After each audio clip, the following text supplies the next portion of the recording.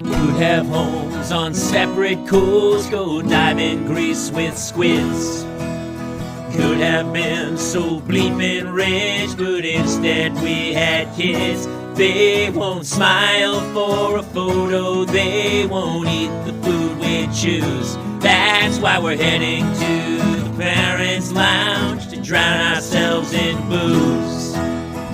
Every day we're more exhausted, we haven't slept in years. They hit me in the nuts so bad, my eyes filled up with tears.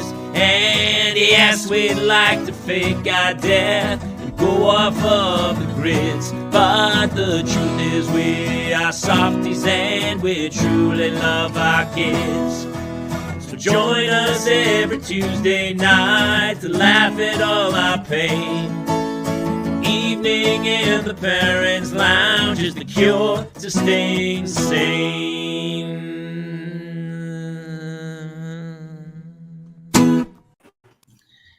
Welcome to another edition of the Parents' Lounge. It's Tuesday night. It's after a 5-day vacation with our children, which I'm not sure how of a vacation that is.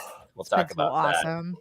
But I was thinking that this is like this show to me. We were talking earlier before we came live, and I'm in a bit of a funk. I think, and we talked, and everyone's like, "Oh, we're all in the same shitty stuff about parenting."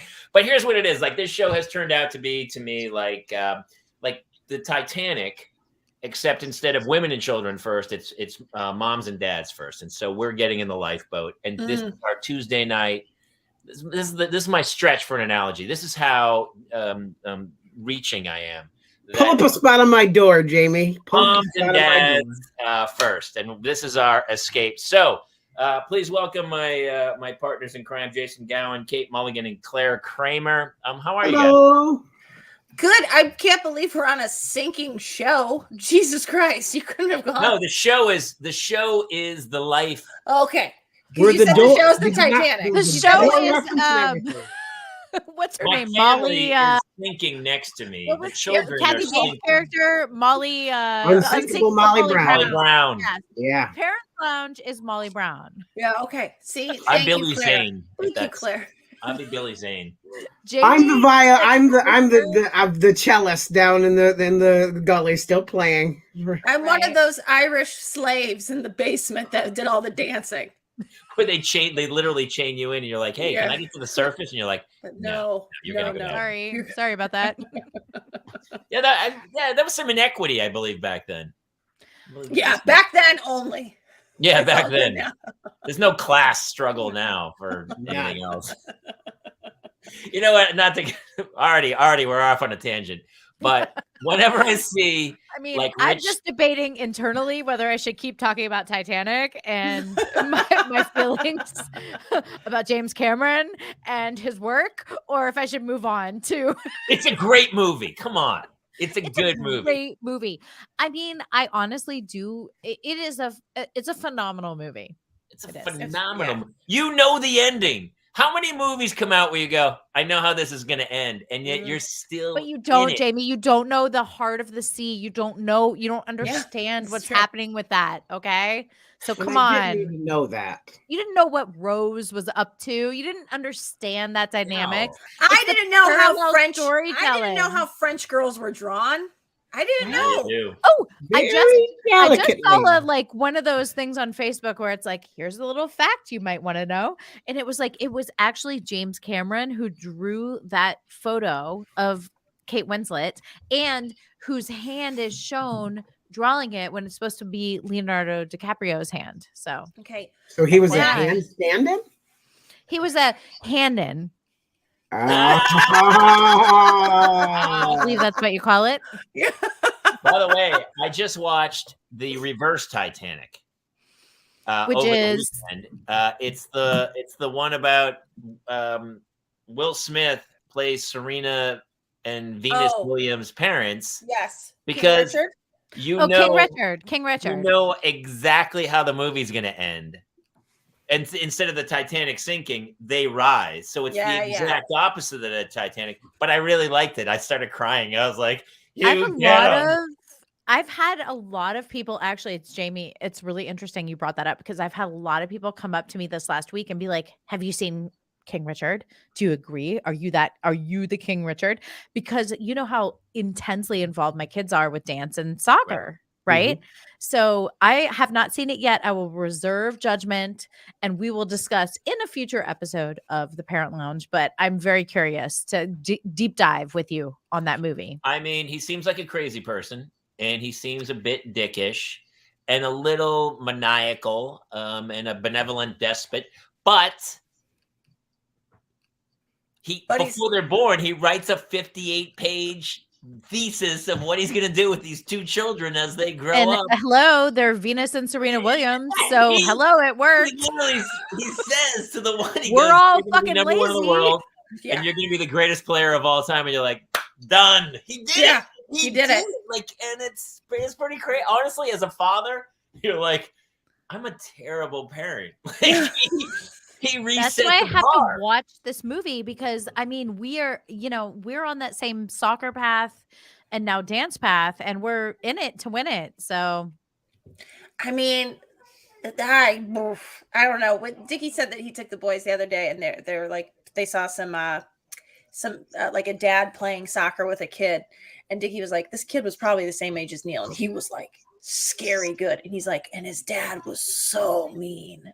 and he was just like, and like Neil even said, like, oh, guess we're coming to take a bath now. He was just like, yeah, I said to Neil, like, I'm so sorry. You're never going to get that good because I'm never going to be that mean. But there's Neil. In the movie, was it? Hey, buddy. Hey, buddy. You want to come say hi real quick? Come on up.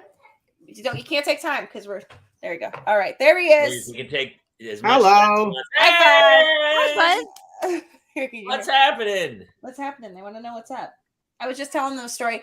When you saw the guy, okay, he's doing his old man face. How it's old pretty is good, he? isn't it? How old are you? 6. Neil's 6. Oh. Nice. Okay, you go take a shower. I love you. Was that his impression of great. you? It was good. Okay, thank you, Neil. Yep. I like that last scream. Yeah. Okay, we I took them to Great Wolf Lodge, and like Neil was in the. It's too much. Okay. I took them. We were in the lazy river, and I lost Neil for a second, and I was like, oh, there he is, and I realized it was an old man. Oh no. Because the thing that's great about having a kid with alopecia is you can spot them. The problem is I spotted an old man. I was like, oh, there he is. There he is. Wrong spot. Yeah, I was like, oh, no. Bad. Anyway, I don't know what I was saying. Funny. Oh, but Earl Woods, same deal. Tiger Woods' dad. He used to clang pots and pans behind him as he swung the club. Yeah. Yeah. So fuck with him. I Jangle has changed. Yesterday I took my daughter to Target and bought her some Hatchimals. Does that count as anything good? She was student of the week, and so I said, "We're going to Target, and you can get a toy." And that was. So you're positively reinforcing good behavior. Yeah, I am. They both got good report cards. Yeah, I mean, I'm just not a crazy athletic dad, but I don't know. You know what? I think your kids, I think that I haven't seen King Richard, which I am very excited to watch. So next week more. But I think that with the athletic point, you have to have a kid who is intrinsically athletic. Like my oldest, not. I tried her in every sport: soccer, baseball, softball, swimming, volleyball, basketball. And nothing stuck. My other 3, the second they were introduced, other parents are like, whoa, wait, what's happening? How long have they been doing this? What's going on? So, I think it's a mix between like the King Richard mentality and the child obviously exhibiting skills. So I don't know. If a child exhibits skills but doesn't exhibit desire, do you pull the plug or do you just say like, no. You've got something here? No, you bribe. Everything's a bribe. That's when the Hatchimals come into play. So Jamie, you're actually ahead of the curve with the Hatchimals. Well, listen, I'm sick of becoming I'm a full-time negotiator. That's like what do you do for a living? I'm a negotiator all day. If you eat 3 more bites, you can all day. If you get ready for school, I'm so over it. I'm like yesterday. I was like, I don't care. Don't brush your teeth. Be the stinky kid in school with a shitty mouth full of garbage. I don't. You know what? It's on you. That doesn't matter. That won't affect me anymore. I'm done with it. So, but I can't because then I'm like, brush your teeth. I've lost my mind. I don't know. I don't know, Jason. How do you handle that? I have my own opinions, but I'm curious about yours. So, I'm kind of in the same boat as Jamie because I have gotten to a point where like Jace is fighting us on brushing his teeth at night like nobody's business. He doesn't want to do it. He actively fights it. I have shown him photos of what happens. When we go to Walmart, I point them out. I'm like, look, is this what you want? Do you want to be Jafar from the Cave of Wonders when he's trying to trick Aladdin to go down in there? Is that what you want? You want that? And I thought it was going to work, and it did not. So I have lost that battle. I'm lost it. I also think that I like science-wise, I think within the next few years, teeth are going to be so like replaceable. Like they'll beepers, just regrow. They're becoming obsolete, like a beeper. I think you'll order them online, and you'll just like. I think it will be like it already is. Kind of. That's true. Like when I was a kid, I kind of saw everyone's like, "Oh, you should take care of your body." But I read some article about how they were going to have pig organs as transplants, and I got they'll by the time I'm falling apart, they'll have. Did we lose Kaler? I think so. Is it my internet? Am I jacked Yeah, up? it's you. The rest of us stayed. Oh my gosh, that's crazy! I'm never the guy. Oh, no. See, that's I'm a weird electrical funk around my house. I just think there's going to be science is going to be like, don't worry about your teeth. You don't need to brush those. Well, no, they'll grow back like a starfish. How great would that be? Oh my gosh. You guys are gross. You do need to brush your teeth. Sorry. Oh no, I agree that I need to brush my teeth, but I have lost a battle. It's painful when you hammer that idea every single night. Oh my gosh. I have 4 and none of them brush. None of them. And I've like done everything from ordering like the timer where it's like, you press it and it like ticks down 45 seconds and they're supposed to brush during that time. And like from the star chart, I don't know what the solution is either because I'm in the battle with you, but I am still an advocate of brushing. Well, no, I say I don't want to, I don't want to go, full, like I said, Jafar, but I did see that, I think maybe for Christmas, I see Colgate has like an AR app for the phone with brushing your teeth that I might try just to see with Jace if it resonates. You know what's funny? Watch a movie from like the early 80s or something, and like Michelle Pfeiffer has like a nice hue of yellow on her teeth because it was really before teeth were whitened. Oh, right. And so you go like the 70s and 80s, they just... Like Al Pacino's like, here's my teeth. What Did up? you see Get Back, the Beatles?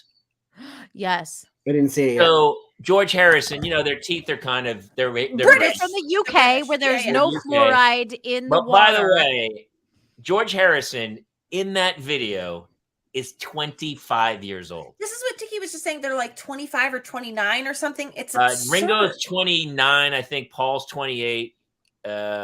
And John's 28, and Paul's like 26. And how old's Yoko, the 5th Beatle? She is. Billy Preston's the 5th 30. Beatle. Oh, sorry. They're literally in their late 20s, and their teeth are destroyed. But they are. George Harrison is 25 years old. He's a week away from being out of the Beatles. He's been a Beatles for like 10 solid years. I mean, it's crazy they accomplished. Oh, yes. Yeah, Jeremy says negotiating with our 4-year-old is fun. Getting him to do stuff he doesn't want to do is an endeavor.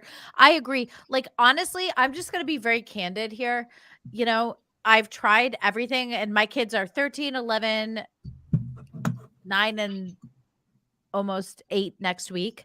And I honestly, the only way to get them to brush their teeth is to scream at them. I don't have another solution for parents out there. That is what works. And it doesn't always even work because they yell back at me, Mom, stop it. Who cares? No one cares. You also have to watch because Hannah, this is Right, you Hannah. have to- Hannah goes, I said, fine, I'll bring brush my teeth. And she like leaves. And then she's like, that's it, done. And I go, you were gone for 4 seconds. She goes, I brushed them. Did you? No, 100%. And then a couple of my boys will go in, they'll put toothpaste on their tongue and they'll be like, smell my breath. And I'm like, okay, well, I smell that you put toothpaste on your tongue, but you still didn't brush your teeth. Like, I don't know. How do we make brushing teeth fun? I have no idea. Anyone who has any ideas, please, weigh in the comments. We'd love to know. It's so funny. My daughter and I have an idea for it, and it's called there should be a chewing gum that brushes your teeth. Like the Orbits? I don't know. I haven't invented it yet. I'm not a chemical guy, but it should have an abrasion. There should be and it should be abrasive, and you should take it and kind of rub it around your teeth. And it should be why couldn't you take, how they do dentures? They put them in a cup and they put a little tablet in. What if you just put the tablet in your mouth and you just hold it in there for like a couple minutes? But isn't that called mouthwash? Like Pop Rocks. Yes, like Pop Rocks. Why can't they be Oh, Pop Rocks yeah. that wash your teeth? Yeah, because they could use the same flavoring that they do for the children's mouthwash, and there's got to be a way. Seems like an easy fix. It does seem like it. We need to get on this, guys. I mean, oh, Jobo in the house. You guys, I'm meeting Jobo this weekend because he's coming to the big Schmodown event in LA that's happening this weekend. But also, I got to meet him online the other day. I know what Jobo looks like. Oh, really? Gonna hold out on him? Cute. No, basically, Jason. He looks like you. So he's adorable. He's adorable. He's a cutie. He looks like a 5-year-old with a tape-on goatee. Yes. I knew he was gonna. He can't help himself. Not tonight. No, I'm in a bad place. Hey, by the way, talking about King Richard, do you think that? Here's the deal with King Richard. How many other King Richards are there out there who it didn't go well? A lot. Right? 100. And do you think that this thousands. movie is going to instill a whole new generation to go, you're going to be the #1 player in the world? I wrote a diatribe. It's coming. I have not seen the movie. I can't say that enough. But from what I know from it, it's still like the magical, gem of a moment when the child, the parent, and the sport converge. Yes. There are thousands of King Richards where it is not working out. I can attest to that 100%, I hope I'm not one of them.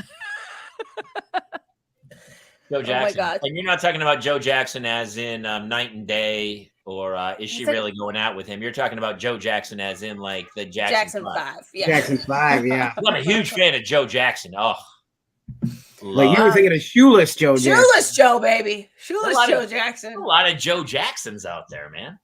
Well, they're common names. You just pop them together. It's an easy. They contractually are obligated to be together. It is funny. I had my sons taking tennis. Just like I'm trying to do like a sport every once in a while to see if they like it, and like they like nothing basically. But just going to the Burbank Tennis Center and like watching these kids, like there's kids that like basically own this place that are just in there, like it's just. And I sort of wonder, like, and Claire, maybe you could speak to this, like. Do you as a parent have to, like, if your kid loves tennis, does it help them if you're somebody who also loved tennis and played tennis? Or can you be like a real Kate Mulligan, a real idiot that all I ever did was run? And like, like I was never a dancer. Like if I had a kid that wanted to be a dancer, I'd be like, okay, is that like, I don't know. It's interesting to me. Well, so I'll delineate that for a second. The soccer side. Okay. So when we recognized the kids' talent with soccer, which now they're playing on, the national team for futsal, they're going to their first tournament in 2 weeks, and both boys for 2 different teams. And then they're going to their second tournament the week after Worlds in Vegas, the week after. I know nothing about soccer. However, what I do is the kids 24/7 in my house, they're watching soccer on, whatever European game is playing, whatever is playing. The only video games they're allowed to do is FIFA, and they're 100% like into it. So I don't think it's like about your intrinsic knowledge. It's about being able to like identify what's going to advance your child and help them.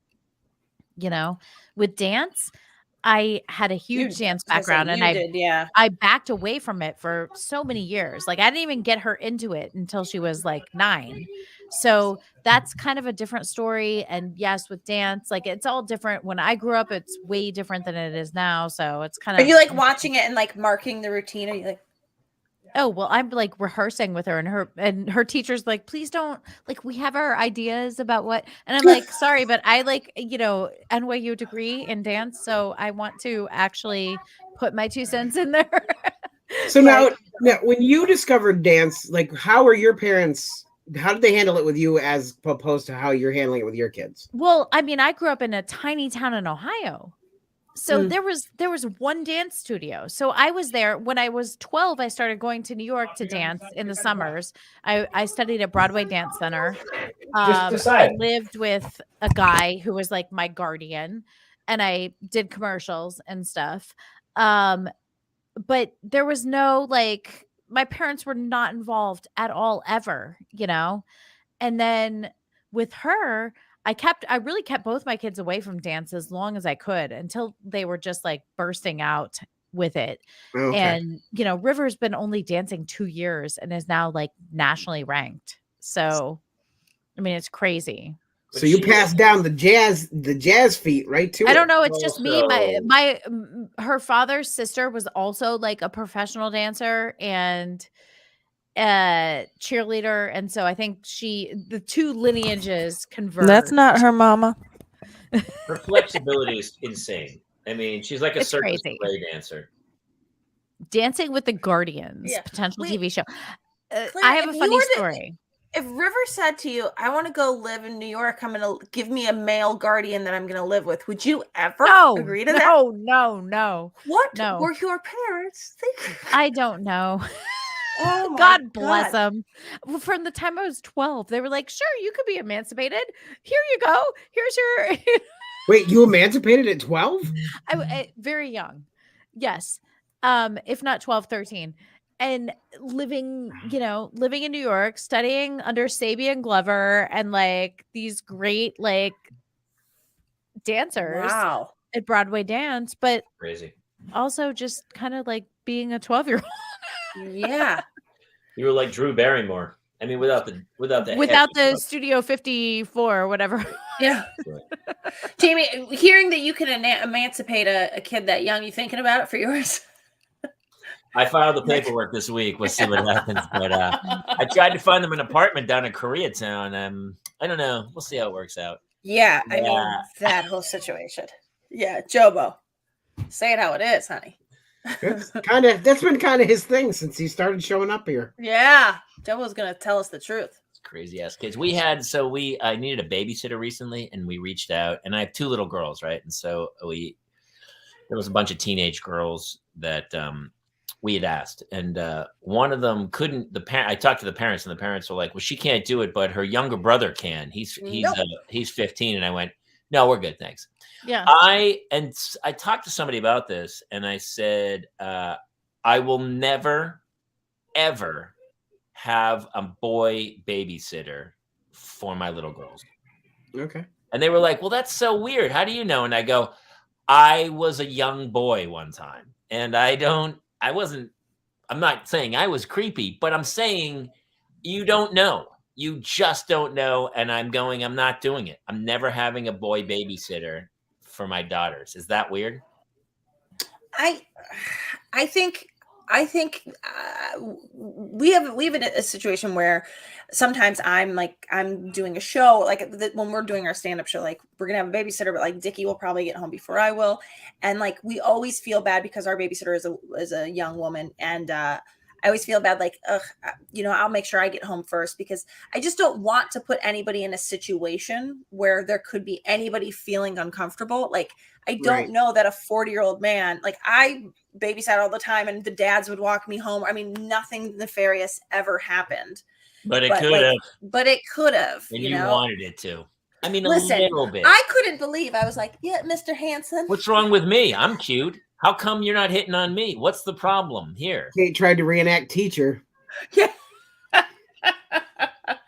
But I got to say, I don't know. I feel like I'm somebody with sons, and I think that sucks that, like, they won't be eligible to be babysitters because I'm a holy of their cynic. gender. I babysat in high school here. Like, I was, highly recommended by our school guidance counselors would have, if parents asked, who can we get, they would always recommend me. And I never had any issues ever. I know, but Jamie wouldn't hire you, is my point. I wouldn't hire you. It had nothing to do with you. You could have been the most the most talented guy ever. And I'm just not, I stayed home that night. I couldn't find a babysitter. I'm okay. So Jamie, I hear you. I hear you 100%. I am of the ilk that. Sorry, Jobo said that's how I always felt in church. Yeah, I'm of the ilk that, like, I'm limiting the quantity so that I don't have to delineate based on gender. So my kids have only ever known 2 or 3 babysitters in 15 years. But you have boys too. Like, I have 2 and 2. So there would be 2 boys in the house. Not necessarily, because when I need a sitter, it's based on my needs. So it may be so it's like if somebody's in dance or whatever. I need someone for this, or you know what I mean? To hear people's comments, because I was talking to somebody and they were like, "You're crazy, man. Really? You won't have a boy babysitter?" I go, "I'm not having a boy babysitter." No, if I was in your situation, I 1,000% agree. I totally respect what you're saying. I really do. I agree, Genevieve. It's sad, but it really just takes one. And it's not like, listen, if all of a sudden I had to have somebody, I'd probably bend my rules. No, I mean, it's better to err. I think that if anything, what social media and, all this, everything has brought to the forefront is it's better to err on the side of, like, okay, conservative, let's be, like, really, really conservative and not have that. I agree, Jamie. I totally agree.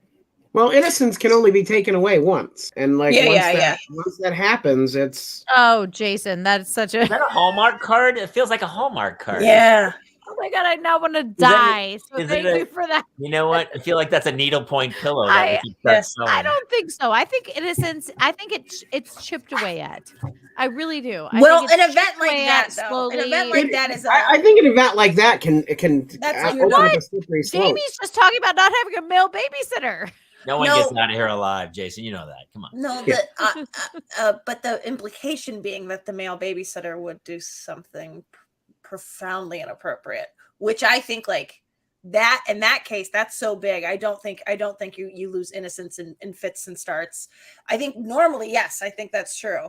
I think, like, yeah, like if you grow.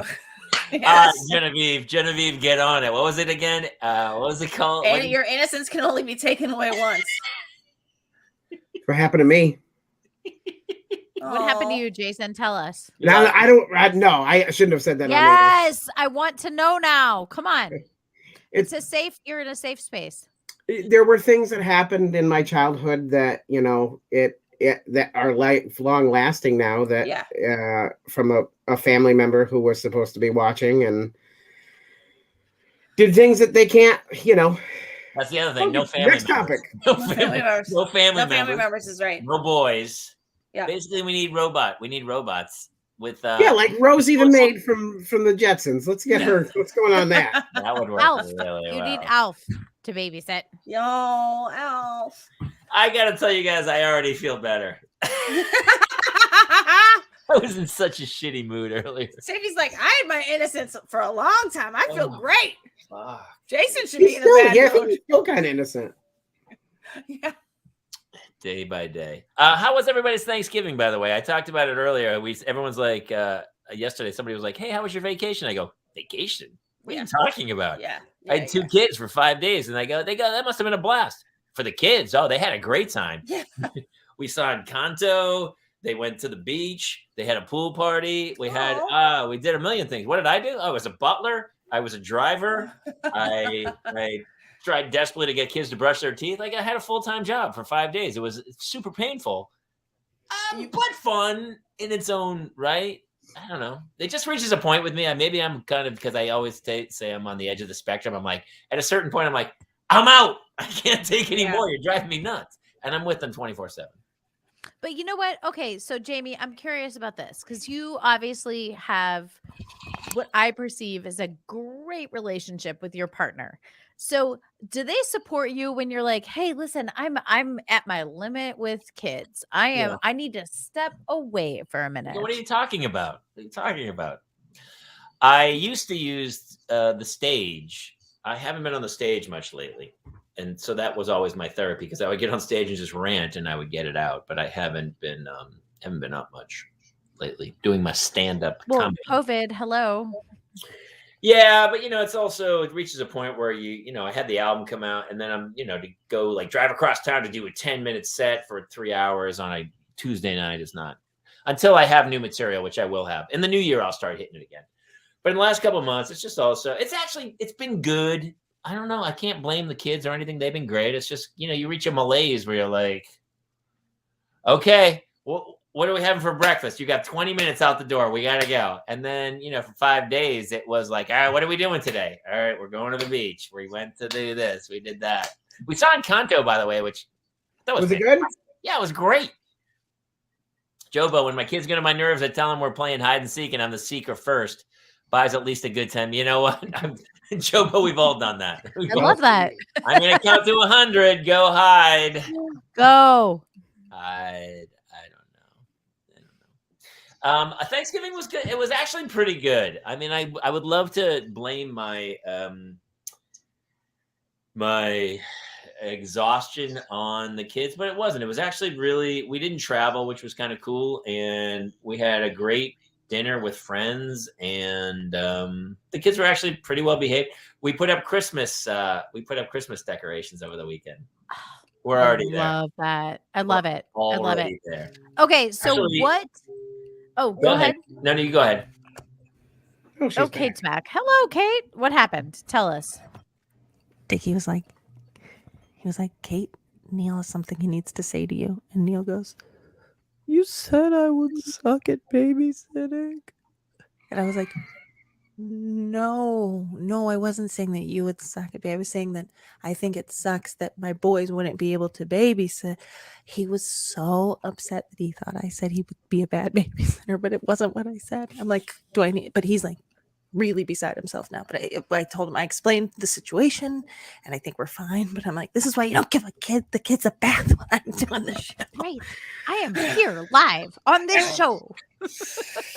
And things get said on this show. Okay, Kate, question. Yeah. Question. And also, Jason, question. How often do you bathe your kids? Once every other day. Every other day. Even the one with alopecia? What? Even the one with alopecia? Yes. Like he has no hair. How's he getting dirty? Oh, he just will smear dirt on himself. It's funny. I actually had to ask the question, like, what am I supposed to use on his head? Shampoo or soap?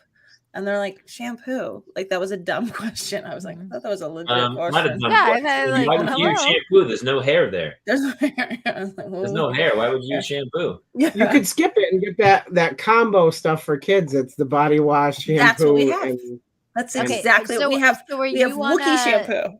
So are you on a same day, both bathe? Yes. Or alternate? And unfortunately, it happened to be tonight that they were both bathing. Okay, Jason, 3 kids. What are you doing? Twins are same day. Oldest is a separate day. So we're one kid, either and two. Is it every other? Every yeah. other? Yep. Okay. Jamie? Because they don't have body odor yet. Right? Well, like, don't they? No, I mean they've got like sweaty hair smell, but they don't have they smell so good. They smell delicious. Don't they? Don't you want to just eat their little faces? The twins' problem is that they eat like Cookie Monster. Okay. And so like there's food in places like I'm like how how did nobody was shirtless during dinner? How did this even end up down here? Like, I don't know how this is happening. So we have to do, a post-dinner check to make sure that our kids don't go to bed food encrusted. But it's because of that we have to wash them as much as we do. Jamie? Every other day. Yeah, we're every other day. What about you, Claire? I mean, And I guess it now Hannah, you're on 4, you 4, so Hannah's using our shower. They used to bathe together, and Yeah. so we could kind of knock it out in one fell swoop. But now they don't. I'm getting into the 2 girls phase, and so Hannah's like, "Can we use your shower?" And so Hannah will go upstairs and use my shower, and then Claire will take a nice long bath with her toys downstairs. Yeah. We're at that. God, So phase in too. reality, we're I using love that like Claire. That Claire is like a billions of gallons girl of water. after like she is with me. No, for me, I'm like just whenever I can get them in, I get them in. Like, hey, you go. You go also. It's like kind of like I'm like the, whatever the Like air the traffic coach controller. on the side of like a football field, and I'm like, you go do over here, you go there, and you do that, dip between his legs. Bleh. There's no rhyme or reason except my oldest, who's almost 14. She'll be 14 in February, and she's like every morning and every night she's like, can I take a bath, can I shower and wash my hair? I'm like, you are wasting so much money on water. Yeah. Like, I Well, don't she's even know what 14. to do with you right now. I Because get she that. gets in there and she stays for like 30 or 40 minutes. I used to do And that. I'm- I still kind of do that sometimes. Yeah. With the and- shower on? yes. Oh, easily. Oh, Or a bath. I'll girl, take a bath. yes. I'm a bath guy. I love a bath. I love a bath. I But a love it. bath is your 30 or 40 minutes and it's the same supply of water. I mean, sometimes True. you turn it back on to keep it hot, but like a 40-minute shower, ooh, that's a You lot do of the shower water. A lot. And then the other kids, I get them in the tub together, the 2 boys especially. And then they're like, there's not enough hot water, and so it's a battle royale. But I Mhm. really don't have like a regimented, like, do this, do that. You're on Monday, Wednesday, you're on Tuesday, Thursday. So I'm wondering, should I get that type of a schedule for them? No. I think it sets itself up to be torn down because there's going to be a night when River's late at dance and that's her night to shower, but she's going to have to do homework when she gets home. You're going to be like, just do your homework and go to bed. Like, I just feel like it's you're going to have to play it by ear. I mean, if your system is working, Claire, I wouldn't change it. Okay. But Yeah. Claire, is your system working? Yeah. Well, they're clean enough. Because honestly, I could use a That's system. all. That's all you need. Does anyone else have a If the system I could state use? doesn't get involved with the cleanliness level of your children, Right? Yeah. I feel like If the you're doing school okay. is not like, hey, your kids stink, then I'm good, Kids don't stink at that age. I used to. All right, I worked at a. Can I jump topics? Because I want to Yes. know, did everyone start their advent calendar yet? Yeah. No. Oh, we started tomorrow. It's the 30th. It's not the 1st. So Can it's I the tell first- you? Today's ahead, the Kate. 30th. No, I was going to say, I will tell you, because we're leaving for not vacation, but to go home and visit my family on the 19th of December. I was like, oh, Which you I'm not don't bringing- consider a vacation, by the way. no, I just like to 100% point don't. out. No, it's definitely it's a travel visit is what that is. But no, job is what it is. I was like, yeah, it's a job is what that is. It's a trip that I'm not getting paid for. But because I get like them, like, I don't know, like the toy advent calendar now, where it's like a little Star Wars minifigure or whatever. I'm like, I'm not fucking bringing that on the plane for them to open the remaining 5 days once we get there. So I was like, we started on Thanksgiving. So I have no idea like if we're ever actually going to end up, but it's not how it's supposed to be done. But yeah, we started like 6. They're on day 6 today, my kids. Love it. We did it in July. We knocked it out in July. Knock Got it it out. over with. It's pretty great. Jason, what about you? Well, let's talk about mine. So I went on Amazon and because Jason's really into Spider-Man and Marvel stuff. So I received this in the mail. So this is a Marvel one, but let's take a look at the back. And I realized that this is not on the up and up. Oh, it doesn't do it every day? No, it does, but Oh. Batman is not Marvel. No, this is Transformer? there's Transformers. a 21? Transformer, There's an there's Autobot. Superman. There's something that looks like, hold on here. What is 14? And the number 24 looks just like a pocket. Oh, Yeah. that's the pocket. That's the pocket hero. Yeah, so they That's said the me male like in this babysitter. ghetto, like in this one, the gray one here, Batman's got some weird like prongs on the side of his head. I don't really know, so I don't know what's actually in here. I was led to believe from Amazon's it's like descriptions a that this Lego was going to be version Marvel. too, So right? tomorrow we go on the adventure of what will be in here. You're like, so I don't know. Harry Potter. How exciting! Dude, you need to put up a post every day and go. I'm going to. Mulligan's Island. Right? Like, Wait, I'm not Speed sure Racer? why. What's happening at this advent calendar? It's just rando. It's Felix and Oscar from The Odd Couple. It's just this random. It's Belky and Cousin Larry. I'm so anti-advent calendars. My wife does the chocolate one. She did the chocolate one, right? Okay. When they were little girls, they were like 3 and 5 years old. Yes. And she would she'd do it right before they went to bed. And she'd go, "Hey, it's advent calendar." I go, "That's a choice." Are you putting chocolate into a 3-year-old at 7 o'clock at night? And she goes, "Fine." And so she'd start doing it early in the morning, and they'd wake up, and the first thing they do, they'd open it and eat the chocolate. I go, "They haven't had breakfast yet." But that's what the French do. A time of day, the whole chocolate. They were like, they never once thought like, "Oh, it's the 15th.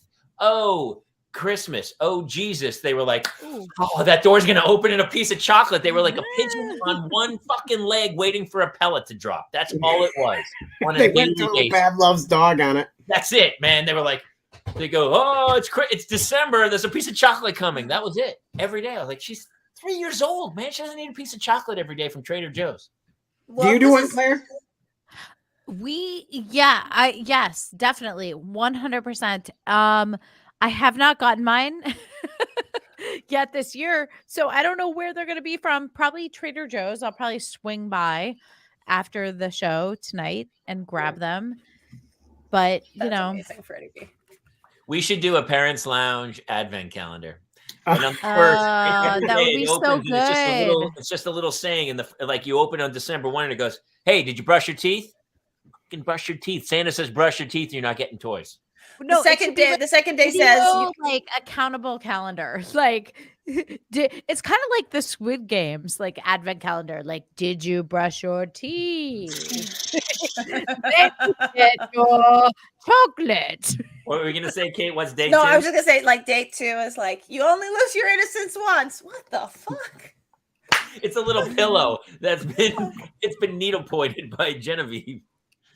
Oh, okay, what is that even? All right, hang on. I'm getting a call from my kids, so hang on. Are they mad that boys can't babysit? Is that your agent? Is that probably, your agent? Probably. They're pissed about the advent calendar. It's your agent with more notes. By the way, do you know what great parents it makes you look like, Jamie, that your kids were excited about the Trader Joe's chocolate? That means you hadn't introduced them to any sort of sugar whatsoever. If they were like, "Oh, chocolate." Because my kids, they think dessert is the wafer from church. Literally, it's just a mini spoonful of sugar. That's it. She opens it, and it's just a spoonful. And that's it. She takes a spoonful of sugar, and she's like, "What's tomorrow gonna bring?" And it's like another spoonful of sugar. That's it. It's a spoonful of sugar. We did Thanksgiving, right? And so it was actually, I don't know why. I got the beer one for Dickie, Joe. You fall into a natural lull, and I'm in a natural lull. But Thanksgiving was pretty great. But on the last day, we were together for 5 days, and my wife makes amazing chocolate chip cookies. And she wouldn't make them. Like, we were like, "Hey, make some chocolate chip cookies," or whatever. She didn't make it. So finally, Sunday night, she makes them at like 7:30 at night. And of course, she puts a chocolate chip cookie into a third grader's mouth at like 7:30 at night on Sunday after a 5-day weekend where the kid has to go back to school on Monday. And then, of course, guess what happens at 1 o'clock in the morning when I hear footsteps up the steps? I go, "There we go." And up comes Hannah. "I can't sleep." Well, of course you can't. You had a chocolate chip cookie at 8 o'clock at night. Yeah. Like, "Oh, yeah, get in bed." And she just sat in bed and rocked for a while. And then I took both my pillows and I went down and I slept in Hannah's bed, in her Pottery Barn kids' bed. Yes. It was really comfortable, by the way. Wait, could Kate sleep with her in the bed? Yeah. Kate loves sleeping with the kids. It's like her favorite thing. I actually love it too. I mean, they don't come in my bed. I go in their beds. She loves it. She doesn't sleep. She doesn't sleep at all Like she'll get up the next day and she's like, oh, she kept me awake all night. But you can hear in her tone, you're like, yeah, you liked it. You loved it. There's something about snuffling them that just like, because this is the part of the like that this it's if we were opening our fortune, it'd be like someday they won't let you in their bed. Like I mean, truly, that's like it breaks my heart. Like that day is fast upon me. I feel like with the Claire, do you still sleep with your kids? Oh, 100%. You do. Even the boys still let you sleep with them? Yeah. Oh, mostly the boys. But actually, it's really funny. No, all of them. I mean, more than anything, I love sleeping with them. And I'm probably like that worst parent, everybody is always like, oh, you shouldn't sleep with your kids. It creates such a codependence or whatever. And I'm like, hey, listen, come love with me. You're going to eventually be an adult out of here. You're going to have your own thing going on. Certainly, we're not going to be sleeping together when you're 17 or 18. Yeah. You're like 7. Yeah. So, yeah, I love it. I love it. It's like that mom who breastfeeds the kid when the kid's like 12. No. Have you seen those? It's like the kid's playing soccer and it's like, oh, I'm thirsty. Come on over. Yeah. Come on. Fill up. Yes. Fill up, get some iron in that body. And I am not that way. And I'm also not like, I studied this book that was like, healthy sleep habits, happy child when I was, a young mother. That's the doctor from Chicago. Right. And he was like, oh, I took my kid to college and she said, can I sleep with you? And I was like, that's probably not where I'm at with that. Yeah. But I just, as long as whatever the kid wants, I'm open to within reason. My wife loves, and I like sleeping with the kids too. If I could sleep with them, like sometimes I can, but sometimes they move around too much, and then you get. Oh no, it's like this. Yeah, I have a big I have a bit of my album about Claire coming into our bed a lot. Yeah. I like that. Oh yeah. Stuff, but it's that double-edged sword of like, I mean, it's only going to happen for a while, and they're so new. Even I'm like, but I got up the other night, and my wife loves. She always says too. She goes, "When you're never leaving me. When you go to college, I'm going wherever you go. I'm staying with you." And I get it. I always say to my kids, "You're allowed to move 2 houses away. That's it. Like 1, 2, done." It is a good thing about girls because girls, boys typically, scurry and run away. Okay, well, let's just, you know what? How dare you, sir? Girls stab you right in the heart. Listen, there's a high likelihood that one of mine is gay. Okay. And I think that's the one. That's the one with alopecia? No, the younger. The one. Oh, it would be so interesting if it was the one with alopecia. And oh my gosh. Yeah. I hope. What are you producing? So many minorities over there. I know. Thank you. What are you doing? I mean, genetically speaking, it's just Dickie's. Claire, I'm sorry. Oh, sorry. Go ahead. I was gonna say Dickie's the youngest of 4, and 2 of his siblings are gay. So there you go, Claire. Odds are looking good for you. One of your boys. It could happen.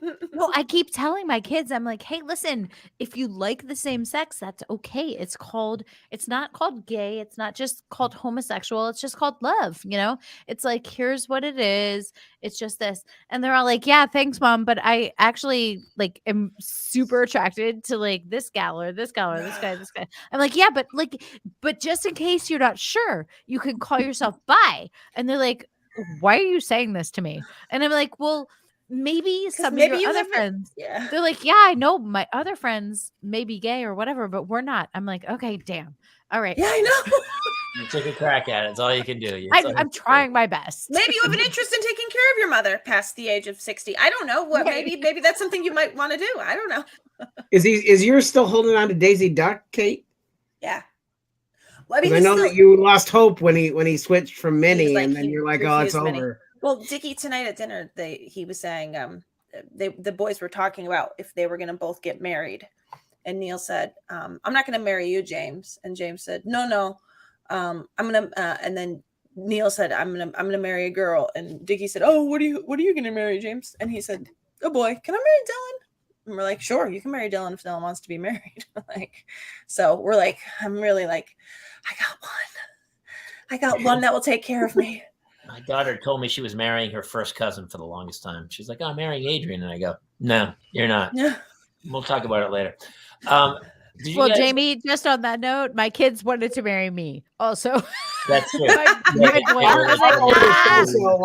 weird when they say that and you're like, you act really but weird. I love you. Hey, we're not going to get married. But I mean, back in history, yeah, they would. That actually happened. That probably happened more often than not back in the day.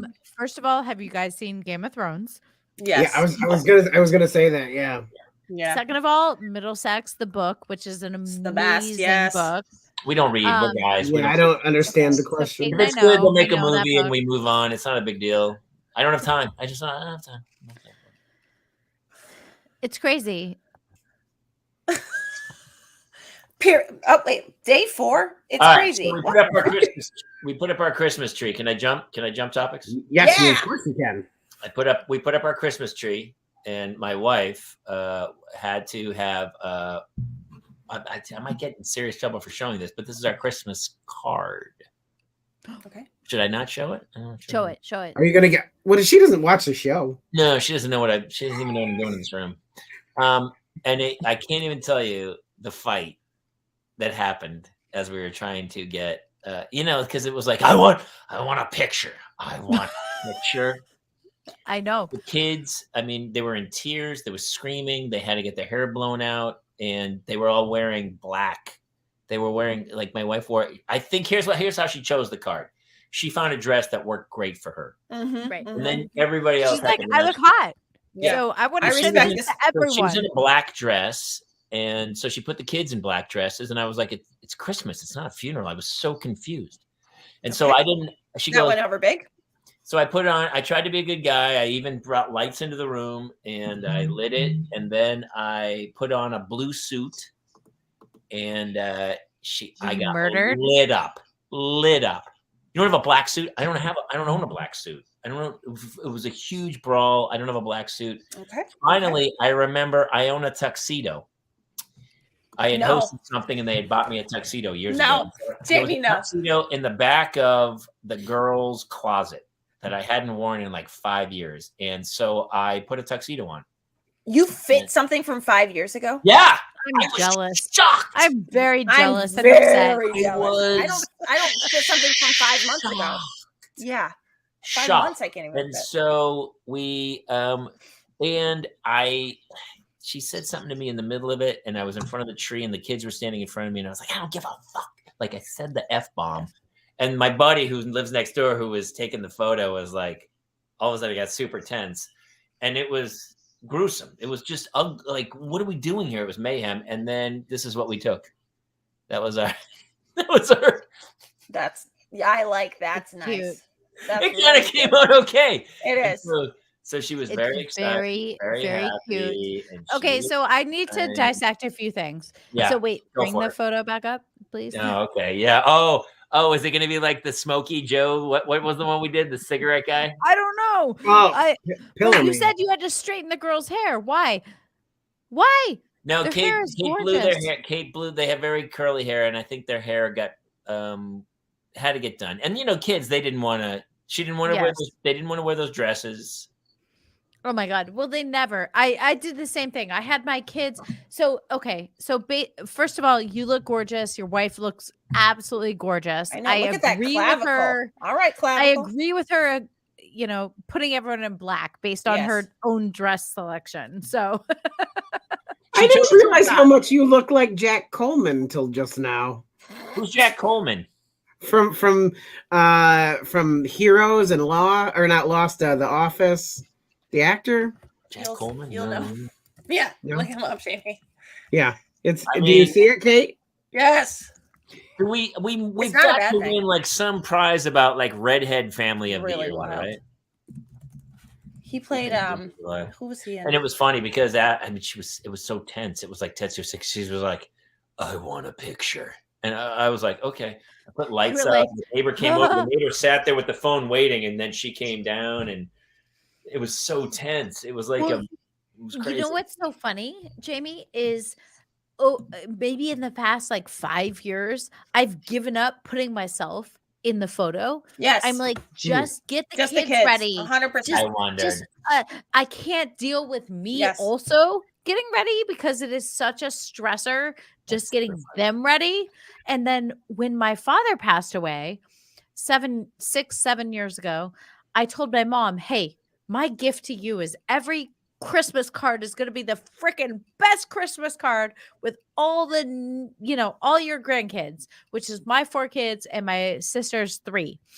So it's the 7 of them and my grandmother every Christmas for the shoot. And I'm just like, I can't stress by getting myself ready. I have to just like make it all happen for my mom. And, so I get it though. I get it. It's so stressful. Here's my question. Why is it all so stressful? Why do we stress about these such minuscule little things? We lose our shit about stuff. And it's like, we all know friends who have had huge dilemmas, right? Illness or whatever, like major tragedy in life, right? Yeah. And that's something to stress about. And yet just the simple fact of taking a photo can cause the greatest fucking fight of all time, where you're like, we've lost the big picture at times. It drives me crazy. Yes, Kate, light me up. No, I was gonna say, you said like friends who have dealt with serious things. I'm like, ding, ding, ding. His name's Jason. There he is. Hi. There he is. I guarantee they still lose their crap over a photo. Like it's just, it went so poorly last year that this year we're not even doing one. I was like, I'm not doing it again this year. Yeah. It should be like, hey man, let's try to do the best. I always tell my kids, I go, do the best you can. That's all you can do. I can't ask you anymore. If you do that, I'm fine. As I was saying to you, Jamie, and also to you, Jason and Kate, is like your partner with this is an integral part of who makes it a disaster or a funny success, right? Yes. I blame the children entirely, actually. I gotta tell you, I always do I always do puns for like, which is like a very weird thing, but like one year I just put the boys in these big puffy vests and had them sit on the front porch, and I took a picture of them, and it had nothing to do with Christmas, but that year it was God Vest Ye Merry Gentlemen. Like that's just like last year I said there was no Zoom at the end, and it was just like I took 4 terrible shots of us all on Zoom. I was like eating a sandwich. Like I just have decided like that, like we're just gonna do like funny stuff, and then like it's really low-key. It went so poorly for us last year that we actually gave up and just went to other photos we had taken and just cut faces out and put them in the Christmas bulbs on the like I was like, I'm cutting and pasting this shit. I'm not doing it. I can't do this. That's funny, dude. I have this big thing about, I always take the piss out of things, and I always try to make fun of it, which is obviously annoying to your partner who's like, hey, I care about wants to hear your shitty jokes. Just be, so you go along with this thing. But I just feel like sometimes we make life way harder than it has to be. Yes, agreed. It's like this weird need for drama, because that's societal standards, Jamie. What is it? I mean, that's societal standards. That's what society expects. You have a level. Why else would we be sending out Christmas cards at all? Do you know how we send out Christmas cards? You want to hear the greatest? And this is great. My wife and I, total agreement on this. If you send us a Christmas card, you get one back about 3 days later. That's how we do it. We don't even have. We don't have a list either. We don't have a list either. My wife literally flips it over. She goes to the address and she mails, and then she sends one out to that person. Same. So who are the people who are sending them out on a giant list? People are, but we don't. We go. Is it you, Kate? Are you that person? Well, I had a great spreadsheet. I had a great spreadsheet from my wedding, and then I was able to just sort of parlay it into the people I'm still in touch with. I also think Christmas cards get lost every year, and I say I'm going to do this, and maybe this will be the year I want to do it. I want to send St. Patrick's Day cards, and I want to have the 4 of us lined up at a bar, all in Irish knit sweaters with caps on, the kids and everybody, and we all have a shot of whiskey and a Guinness in front of all 4 of us. I love it. We're like this, looking up at the bar, down the row of the bar, and I want to send that out and go, "Happy St. Patrick's Day to everybody." So here's a really funny story. At least to me, my son Hart Keithley. Oh yeah, Freddie B. He is a March 16th birthday. He was born at like I think 9:45 p.m. Third kid, show up to the hospital. I'm already like a 9 or a 10 when they put me through triage. Yeah, of course. I've had all 4 of my kids, no epidural, no nothing, no medication, So they're like, "Hey, your doctor's not here yet." And I'm like, "Hey," they're like, "Hey, do you want to have a St. Patrick's Day baby?" I'm like, I don't know, but all I can tell you is I'm having this baby and it's probably happening right now. And then there's a whole nother story about that. But anyway, they tried to push me to St. Patty's. Would have been great. He was born a few hours prior. March 16th? Mm-hmm. That's so awesome. Close. Way better. You don't want it on a holiday anyway. Well, at like 9:45 p.m. Can we go back for 1 second to Freddie B, because he has such a great yes.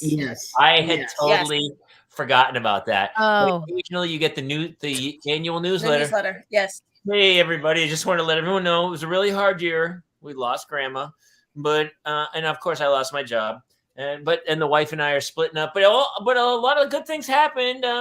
One of our kids made regionals in basketball. Like people send out like annual newsletters to go, "Hey, I know we haven't spoken in a long time," and which probably denotes that you don't give a shit about what's happening in my life. But here, I'm gonna let you know everything that's going on. And I got to tell you, my sister married a man whose father sends out the easily creepiest letters I've ever. The year that my sister got married to this man, her father-in-law sent out an email or a newsletter, and it's just the most self-congratulatory. But he's like describing the wedding, and he referred to my sister as looking so pure and virginal in her white. And my parents sacrificed to a volcano, or my parents were like just beside. They were like, why would he comment like just the weirdest? And it's like and apparently like probably starting tomorrow, he sleeps with his dogs every December. He like sets up the Christmas tree and then puts out a bed for himself to sleep by his dogs. Something's wrong with the man, you guess. Something's wrong. Don't talk about somebody's virginity. Babysitting my kids is what I'm saying. I'm not letting that dude babysit my kids. Yeah. Can I tell you something? He shouldn't even raised his own. Okay. It is funny how people deal with like the end of the year, though, isn't it? It's like, to me, it was never a big, like, people go January 1st. That year's in the books. This new year's starting. Goals, reaching. I was never that guy. I was like, it's just another day, man. We're just gonna jump. I always am kind of motivated. I'm always setting goals, but it's not like this annual thing of like, oh, that's gone. Here we go. I don't play that game. I just saw it as an opportunity to party. That was literally all it ever was for me, was the party night. Yeah. So what do you now, Jason, teach your kids about the new year? The only thing we really do right now with them is we put them to bed early, but we do one of the Netflix like pre-done countdowns that they do with like characters from Madagascar or whatever, and they do the countdown. So you can put them to bed whenever you want, and they do the countdown. But that's kind of, this year we'll probably kind of have to touch on it some with the oldest because he's in kindergarten now, so that's going to come up at school. But the twins, I mean, they just know there's extra snacks that night, and that's kind of what we do right now. When's the last time any of you guys saw midnight on New Year's Eve? Every year. Oh, every year? Oh wow! I think Neil's going to be 7 in April. I think it will be 6 years. That means I haven't seen midnight since before the kids. I don't think. I fell asleep once watching my cousin Vinny. Welcome to the new year. We do East Coast. We do East Coast celebration. So we watch the ball drop 9 p.m. Oh yeah, sorry. Okay. everybody celebrates, party, get in bed. That's You know, it. That's smart. I like that. Or they, I'm not saying they even get in bed. They may lay on the couches and I lay on the couches with them. And it's like, okay, until we fall asleep watching this movie now, then we're done. But no, definitely not past like the 9 p.m. celebration. We used to go, before I had kids, we would go to the King's Head pub in Santa Monica and celebrate England's New Year at 4 p.m. in the afternoon. Oh my that's God. fun. So we get there like 2. It would be a line around the block at the King's Head. It was so much fucking fun. Actually, over the next few weeks, I'll pull some pictures out. It was so much fun. And so maybe we should do a live broadcast. Wrecked. We should do like a live broadcast at like, the UK celebration.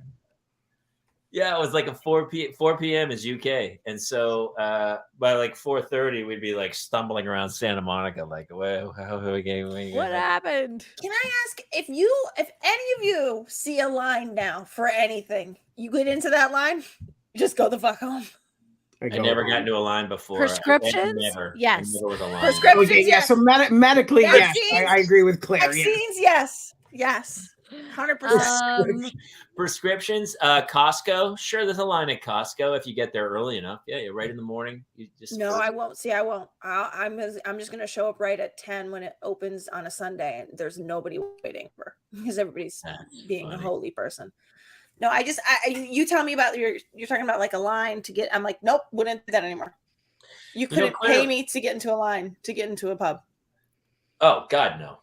No, not even when I was in my 20s, I would never wait in line. People go, "We're waiting in line." I go, "Yeah, I'm not. No, that bar's empty." Bye. It's so funny because I remember my mom saying when I first became of drinking age, and she was like, "Why are you going out? We got beer here." And like I never understood it, and I was like, "You're so cheap." It's like, and now I'm like, "Oh yeah, no. What's better than getting wasted in your own house on the liquor that is like good to you?"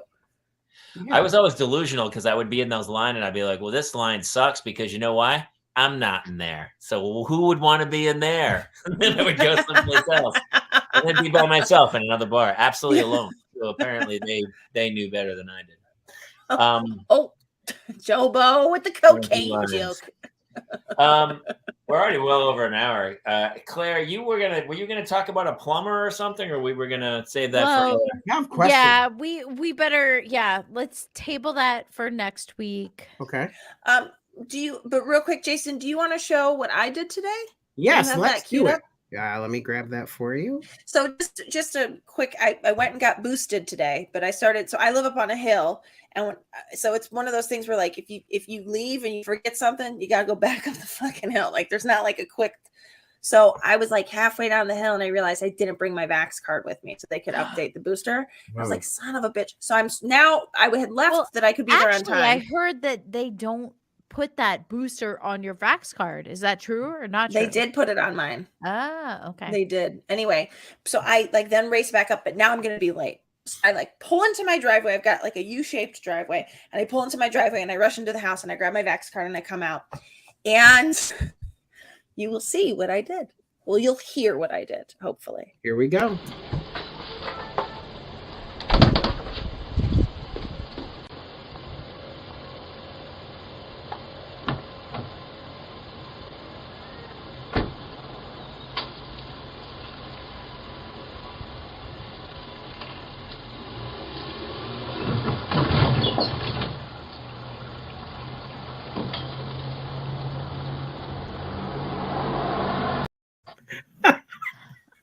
What happened, Kate? Definitely drove over something. It sounded bad. So I was like, I hit the rose bush because, like, again, U-shaped driveway or upside down U, I should say. There's like a rose bush, like on the curvy part of there's a rose bush, and then this big fake rock with our sprinkler system under it.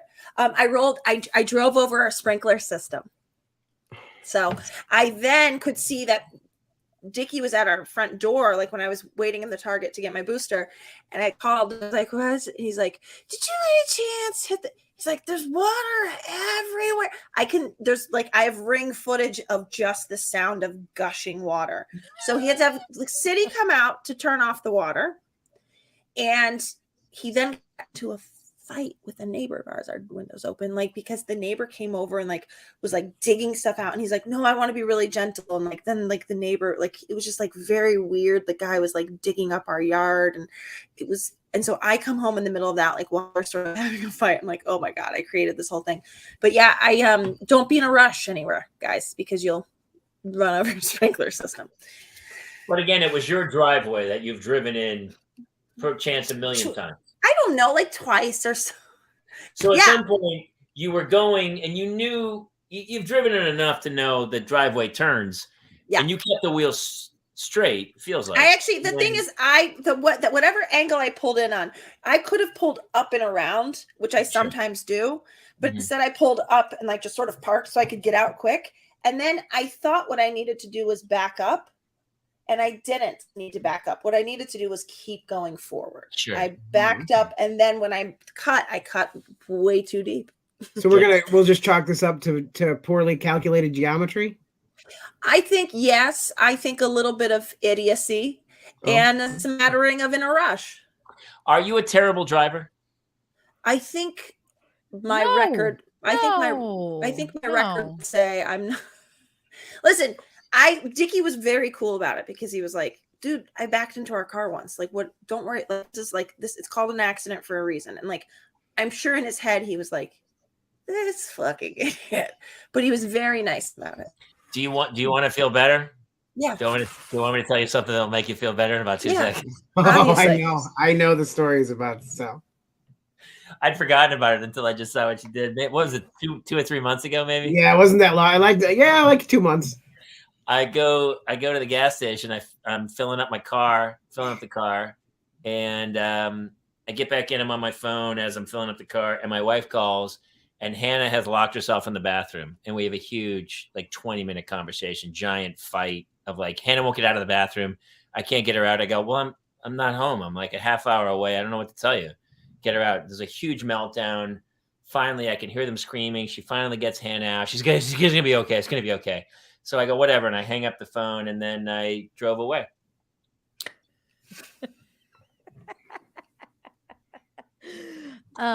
Pulled it right off. As I'm driving away, there's a guy in front of me who's going, stop! And I go, what does this fucking guy know? Jackass, idiot. And I just drive like right past him, and then I hear a clunk, and I go, what? And I pull over. And I go, immediately it hits me. I stop the car. I get out.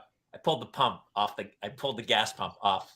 OMG. The hose off the pump. You're not the first person to do that. You know how I know that? I do know that because they had a protocol. Shit. And so I get out. I pull the pump out of my car, close my gas tank. There's just a hose laying on the ground. It was like a walk of shame. It was like the worst walk of shame from college ever. I had already paid for the gas. I had to walk into the place. I walk into the place. I go, hey, man, you're not going to believe this. I pulled the pump off the gas tank. All I said was I pulled the pump, and he had a clipboard right next to the register. He goes, here, fill this out. It was almost a form that said, I'm an idiot, and I pulled the pump out, and here's my information. He's like, you're done. The guy goes, I go, Jesus, this happens a lot. He goes, you wouldn't believe it. Happens all the time, every day. And there was like one fixture that pops. And I go, well, it must be. I go, it feels like it just clips back in. He goes, oh, no. Oh, no. Really? Back in. And so he goes, well, do you want to pay for it? Or do you want your insurance? I said, well, go through insurance and we'll talk to them or whatever. And so I get a call from the insurance guy like 2 weeks later, and I tell him the whole story about my wife, about the kid locked in the bathroom. He is rolling laughing. He tells me it was $995, which kept it under $1,000, which meant they paid for it all. I didn't have to pay a penny. Oh, thank God. And because it was under $1,000, it didn't affect my insurance premium. Oh, thank God. Well done. Hey. And the guy goes, honestly, you made me laugh so hard. he goes, I'm glad I could help you out. And we talked on the phone for like literally an hour. And I told him, I go, and then it went off on about fucking kid, man. She's losing her mind. She's locked in the bathroom talking to the insurance adjuster, just telling him insane stories about my kids. But yeah. And I thought, as I was like, I go, I can't believe I did this. Like, I'm a really good driver. And I drove away with the gas pump in my car. I ripped it off the pump and drove. I can't believe. And here's what's crazy. It was a day I was just out driving. I forget. Auditions? No, I was quarantined. Mm-hmm. Oh, that's right, because it was after you came back from Detroit. Quarantined in a hotel, and so I was just out driving my car because I had been trapped in a hotel. I literally was, because I had worked on that movie, and the other girl tested positive, and they quarantined me in a hotel, and so I couldn't see anybody. But I was like, well, I can drive in my car, and I went and drove in my car, and I pulled the pump off the gas. I just feel like that is exactly the problem. Like, distracted driving is dangerous driving. That's all there is to it.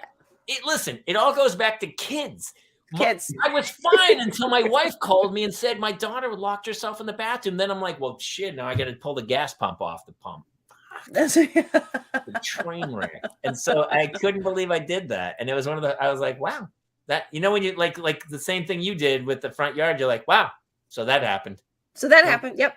No, so that happened. When I woke up this morning, that was not on the possibilities of things that might happen today. But it did.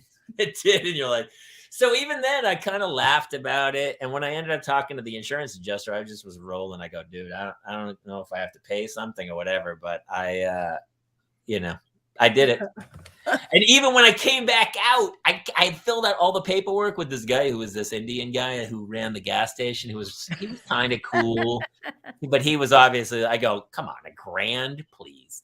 And when I came out, there was a cop filling his gas up on the other side. He goes, I can't believe you didn't drive away. He goes, I saw the whole thing and I thought for sure you were going to drive away. And I go, well, there's video cameras. I mean, where am I going to go? And he goes, you wouldn't believe it. People drive away all the time. He goes, people do that and drive away every single day. Just dragging the hose. With the hose on the back of the car. Right, just dragging it. And so the cop like the never-ending story of gas. Yeah. The cop goes, you took it pretty well. And I go, I kind of did take it pretty well.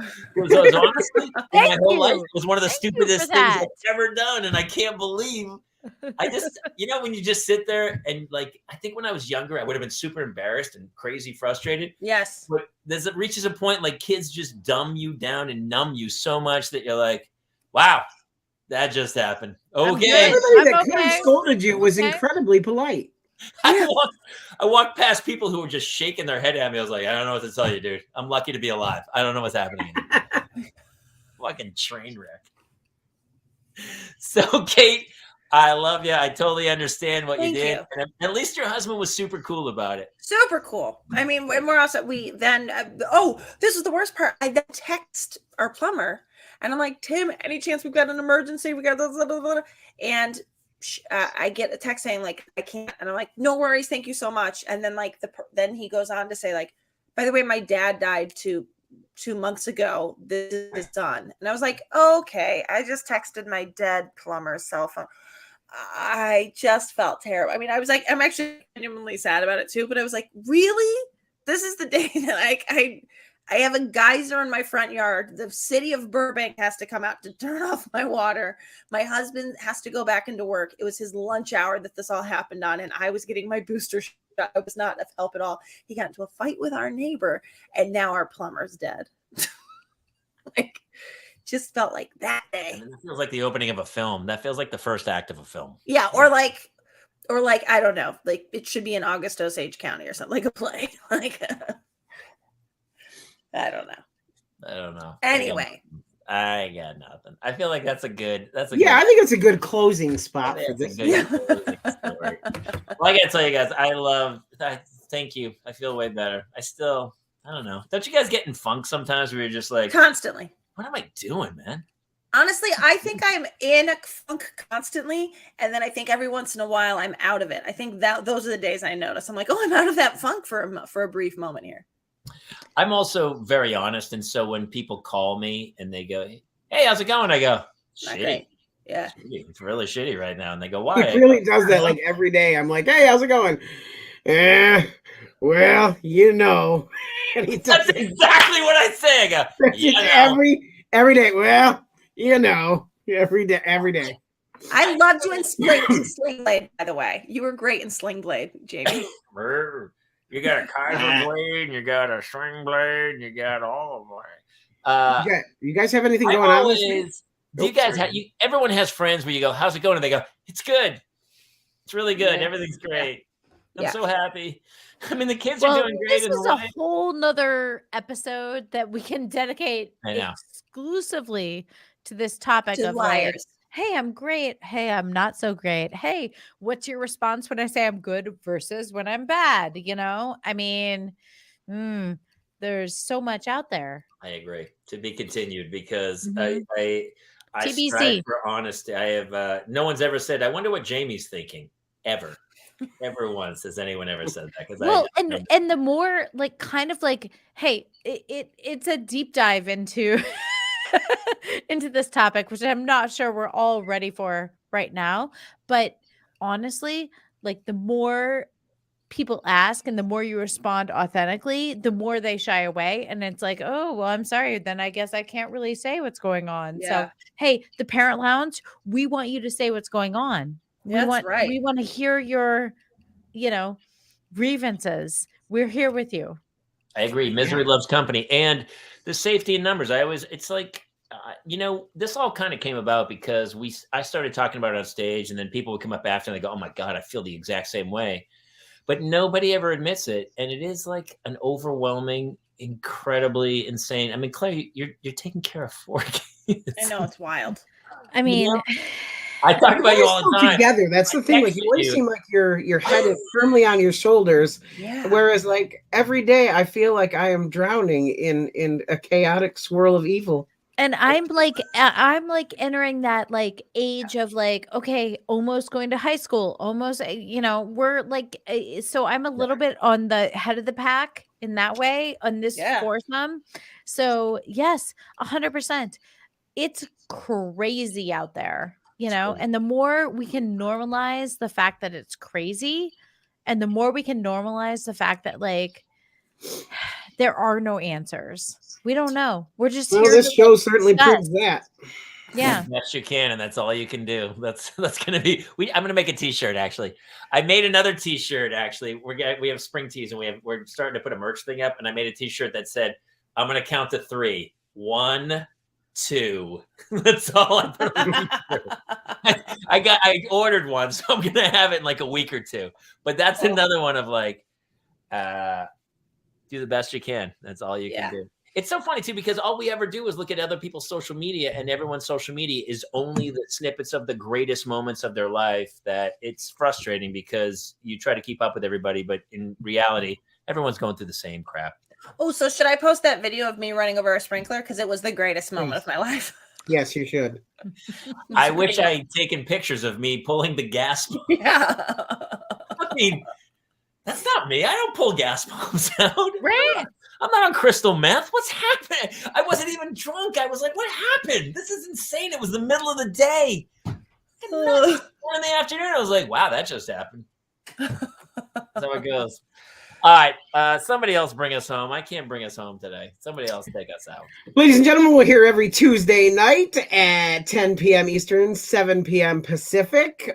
We are on iTunes audio. We're on Facebook.com/The Parents Lounge, Twitch.tv/The TPL Show, and YouTube.com/Jamie Kaler. Anybody else have anything to take us out? Like, subscribe, for the love of God, help us out. And we're gonna have merch lines out, and we got a bunch of other stuff coming. We got I think we got a whiskey tasting. We have another wine show. Holiday wine show. We'll advertise. We're so bad. Also, Jamie Kaler and I will be performing together at Flappers Comedy Club coming up on December 15th. If anybody is local, where is that? In Burbank, baby. In Burbank, baby. Claire, can you make it? God. Wednesday night. I don't I know. want to be When's it? there. Okay, My well, first please be show there. in 3 months, and I got a lot to get off my chest. I got a lot of shit to do that night. I'm in. You're in. It'll be super fun. All right. I guess I would just say to everyone who's listening, thank you so much. Yes, thank you. Good night, everybody.